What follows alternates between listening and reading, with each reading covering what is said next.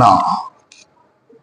এই জন্য রমজান মাস আমার আপনার জন্য কিসের মাস? আনন্দের মাস। কিসের মাস? আনন্দের মাস। কয়টা কারণ বলছিলাম? মূল কারণ কয়টা? দুইটা। এই দুইটা কর্মে আমরা কর্মী হয়ে নিজেদেরকে আনন্দিত করে মালিকের কাছ থেকে ক্ষমা পাওয়ার সর্বোচ্চ চেষ্টা করবো তো ইনশাআল্লাহ। আল্লাহ তাআলা কোরআনের ভিতরে বলতেছেন, শাহরু রমাদানাল্লাযী উনজিলা ফীহিল কুরআন, শাহরু রমাদানাল্লাযী উনজিলা ফীহিল কুরআন। এই রমজান মাসকে এত দামি কেন করছেন জানেন? কিসের বদলাতে রমজান দামি জানেন আপনারা? কোরআনের বদলাতে। সুবহানাল্লাহ। কিসের বদলাতে রমজান মাস এত দামি? কোরআনের বদলাতে। আল্লাহ তাআলা বলতেছেন, শাহরু রমাদানাল্লাযী উনজিলা ফীহিল কুরআন। আরে পবিত্র রমজান মাস, এটা তো ওই মাস যে মাসে আমি মালিক কোরআন নাযিল করেছি। সুবহানাল্লাহ। হুদাল লিন-নাস ওয়া বায়িনাতিন মিনাল হুদা ওয়াল ফুরকান। মালিক তুমি কি জন্য কোরআন নাযিল করেছো? আল্লাহ বলে দিচ্ছে হুদাল লিন-নাস। আরে কোরআন তো মালিক এই জন্য নাযিল করেছে তার গোলামদেরকে, তার বান্দাদেরকে সরল সঠিক পথে প্রদর্শন করার জন্য। হুদাল লিন-নাস ওয়া বায়িনাতিন মিনাল হুদা ওয়াল ফুরকান। এবং এই কোরআনই বলে দেবে আপনি সঠিক নাকি আপনি বেঠিক। আল্লাহ বলতেছে ওয়া বায়িনাতিন মিনাল হুদা ওয়াল ফুরকান, কোনটা সঠিক আর কোনটা বেঠিক, কোনটা সঠিক রাস্তা কোনটা বেঠিক রাস্তা, এর একমাত্র সর্বোৎকৃষ্ট সব থেকে বড় নিদর্শনের নাম কি? কোরআন। তাহলে কোরআনের সাথে যদি আপনার জীবন বিধান মিলে যায়, কোরআন অনুযায়ী যদি আমার আপনার জীবন বিধান চলে, কোরআনকে ফলো করে যদি জীবনকে পরিচালনা করতে পারি, তাহলে মনে করতে পারি যে আমরা সঠিক রাস্তায় সঠিক পথে আছি। আল্লাহ তাআলা বলতেছেন হুদাল লিন-নাসি ওয়া বায়িনাতিন মিনাল হুদা ওয়াল ফুরকান। এই রমজান মাসটা মুবারক মাস, এই জন্য এই মাসে আমি আল্লাহ, এই মাসে আমি আল্লাহ কোরআনকে নাযিল করেছি। এই জন্য রমজান মাস দামি হয়েছে। অথচ রমজানের সাথে কোরআন লাগছে, রমজান দামি হয়ে গেছে। যদি রমজানের সাথে কোরআন লেগে রমজান দামি হইতে পারে, যদি কোরআনটা তোমার আমার জীবন জিন্দেগিতে লাগাইতে পারি, তুমি আমি দামি হবনি? হবনি? এই কোরআনটা সাধারণ একটা গ্লাসের সাথে লাগে, গ্লাস দামি হয়ে যায়। এই কোরআনটা সাধারণ একটা কাঠের সঙ্গে লাগে, রেহালের সঙ্গে লাগে, ওই রেহালটা পৃথিবীর সমস্ত কাঠ থেকে বেশি দামি হয়ে যায়। যদি তোমার আমার জীবনের সঙ্গে জীবনের ছোঁয়া যদি এই কোরআনের সঙ্গে লাগাইতে পারি দোস্ত,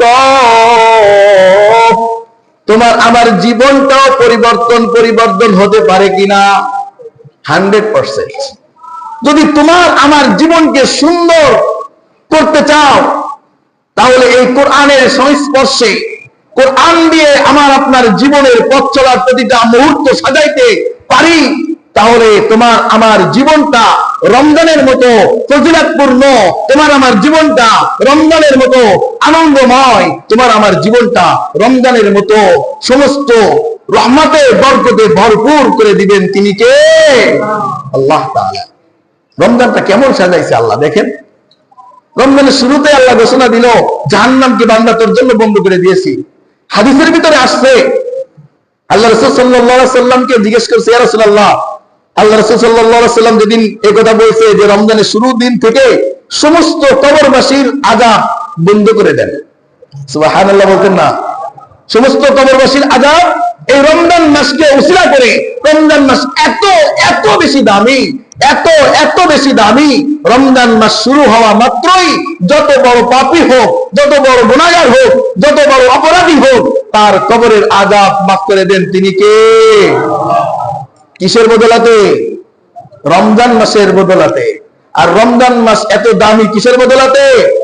কোরআনের বদলাতে। যেদিন আল্লাহ রাসূল সাল্লাল্লাহু আলাইহি সাল্লাম এই হাদিস শোনায় সাহাবায়ে কিরাম দের, ইয়া রাসূলুল্লাহ, কত সাহাবায়ে কিরাম জিজ্ঞেস করে, ইয়া রাসূলুল্লাহ, ইয়া হাবিবাল্লাহ, আপনি তো বললেন যত বড় গুনাহগার হোক, যত বড় পাপী হোক, আল্লাহ তাআলা রমজান মাসের বদলাতে, রমজান মাসের খাতিরে তাদের সবার কবরের আযাব মাফ করে দেয়। এখানে আমাদের প্রশ্ন হচ্ছে, যারা ঈমান না নিয়ে মরছে, মৃত্যুবরণ করছে বেঈমান কাফের হয়ে, যাদের কবরের আযাব তো হইলেই চিরজীবনের জন্য জাহান্নামে পড়বে, তাদের জন্য কি রমজান মাসের কবরের আযাব বন্ধ থাকে? আল্লাহ রাসূল বলেন, হ্যাঁ আমার প্রিয় সাহাবীরা শুনে রাখো, রমজান মাস এত দামি, রমজান মাস এত ফজিলতপূর্ণ, রমজান মাস এত সম্মানিত, যার খাতিরে আমি কাফেরদের কবরের আযাবও মাফ করে দেই। আহা, কাফেরদের কবরের আযাবও আল্লাহ তাআলা মাফ করে দেয়। রমজান মাস এত দামি। এই রমজান মাস একটা আমল যদি কেউ করে, কয়টা? একটা আমল যদি কেউ করে, মালিক বলেন আল্লাহ রাসূল সাল্লাল্লাহু আলাইহি ওয়াসাল্লামের মাধ্যমে, এই একটা আমলের বদলতে আমি মালিক সর্বনিম্ন 70 পরিমাণ সওয়াব দান। সর্বনিম্ন কি নিম্ন? সর্বনিম্ন 1 টাকা দান করলে কয় টাকার সওয়াব? 70 টাকার সওয়াব। 100 টাকা দান করলে 700 টাকার সওয়াব। 100 টাকা দান করলে 70 গুণ 700, 100 কত হয়? 7000 টাকা সওয়াব। এভাবে একটা ইবাদত করলে তার 70টা সর্বনিম্ন। আর যদি ইখলাসের তক্কা, ইখলাস যদি আরো বেশি হয়, একনিষ্ঠতা, আল্লাহ ভীরুতা, আল্লাহর সন্তুষ্টি যদি উদ্দেশ্য হয়ে থাকে, আল্লাহ রাসূল সাল্লাল্লাহু আলাইহি ওয়াসাল্লাম আল্লাহ তাআলা বলেন, ইয়ারযুকু মান ইয়াশাউ বিগাইরি হিসাব। তাকে মালিক কত দিবে এটা মালিক একমাত্র জানে। সুবহানাল্লাহ।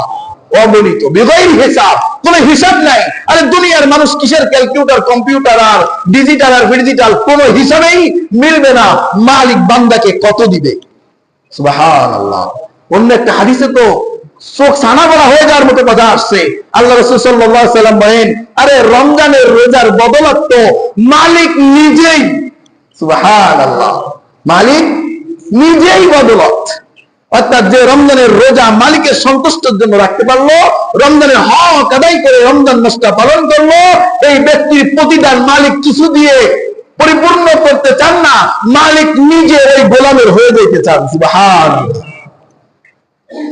এক যুবক এক যুবতী যখন প্রেমে মশগুল হয়ে আশিকে মাসুক হয়ে যায়, তখন তারে সব থেকে যুবককে যুবতী কি দিয়ে আনন্দিত করতে চায়? একজন স্বামী তার স্ত্রীকে কি দিয়ে আনন্দিত করতে চায়? একজন স্ত্রী তার স্বামীকে আনন্দিত করতে চায়, চিরজীবন যতদিন আমি বেঁচে থাকবো আমি তোমার হয়ে থাকবো। সুবহানাল্লাহ। একথা বলে না?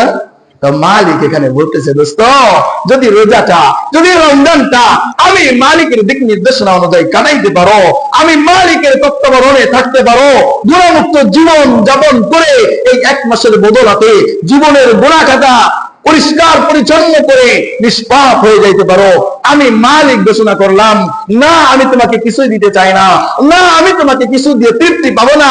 আরে গোলাম, তোর নিজে, আমি নিজে তোর হয়ে যাব। মালিক নিজে আপনার হয়ে যাবে, মালিক নিজে আমার হয়ে যাবে। আহা, এর থেকে বড় চাওয়া, এর থেকে বড় পাওয়ার কি হতে পারে দোস্ত? এর ভিতরে আল্লাহ রাসূল সাল্লাল্লাহু আলাইহি ওয়াসাল্লামের হাদিস বলেন, রমজান মাসে এত ফজিলত, এত বরকত। রমজান মাসে যদি একটা ইবাদত নফল করে কেউ, একটা নফল ইবাদত যদি কেউ করে, আল্লাহ রাসূল সাল্লাল্লাহু আলাইহি ওয়াসাল্লাম বলেন, আমি বলতেছি আল্লাহ তাআলা একটা নফল ইবাদতের মাধ্যমে একটা ফরজ ইবাদতের সওয়াব দান করে দেয়। একটা নফল ইবাদতের মাধ্যমে একটা ফরজ ইবাদতের সওয়াব পাওয়া যায়। আর যদি কেউ একটা ফরজ ইবাদত পালন করে, আমি মালিক তার জীবনের কমপক্ষে 70টা ফরজ ইবাদতের সওয়াব দান করে দেয়। একটা ইবাদত করলাম, একটা কবুল দিতে যথেষ্ট, 70টা দিয়ে কি আনবো আমরা? 70টা দিয়ে কি দরকার? কি দরকার জানেন? আল্লাহ রাসূল সাল্লাল্লাহু আলাইহি ওয়াসাল্লাম হাদিসের ভিতরে বলেন, বান্দার জীবনে তো কত নেক আমল ছুটে গেছে, গেছে না? আমার আপনার জীবনে কত নেক আমল ছুটে গেছে না? কত নামাজ ছুটে গেছে, কত রোজা ছুটে গেছে, কত সদকা ছুটে গেছে, কত ওয়াজিব ছুটে গেছে, কত সুন্নাতে মুআক্কাদা ছুটে গেছে, কত ফরজ ছুটে গেছে, কত ফরজে কিফায়া ছুটে গেছে, আমার কোনো হিসাব নাই। আরে বান্দা, আরে বোকা, তোর জন্য মালিক এই অফার গুলো তো ওই জন্য রাখছে যে যখন মালিক খুলে দেখবে তুই 30 বছর 40 বছর যাবত ইবাদত করস নাই, 30 বছর যাবত ফরজ ছাড়ছো, 40 বছর যাবত ওয়াজিব ছাড়ছো, 60 বছর যাবত তুই ফরজে কিফায়া ছাড়ছো, তোর আমল নামায় নাই, কিন্তু 60 বছর পর থেকে তুই শুরু করছো, 4টা রমজান পাইছো, 5টা রমজান পাইছো, প্রত্যেকটা রমজানের বদলাতে আল্লাহ 70টা রমজান দিছে, প্রত্যেকটা ফরজ ইবাদতের বদলে তোরে 70টা ফরজ ইবাদতের সব দিছে। আরে হিসাব করে মালিক বলবে, আরে পিছনে যেটা কাজা আছে, আরে এখানের বোনাস দিয়ে ওখানে পূর্ণ করে দে না আমার বান্দারে।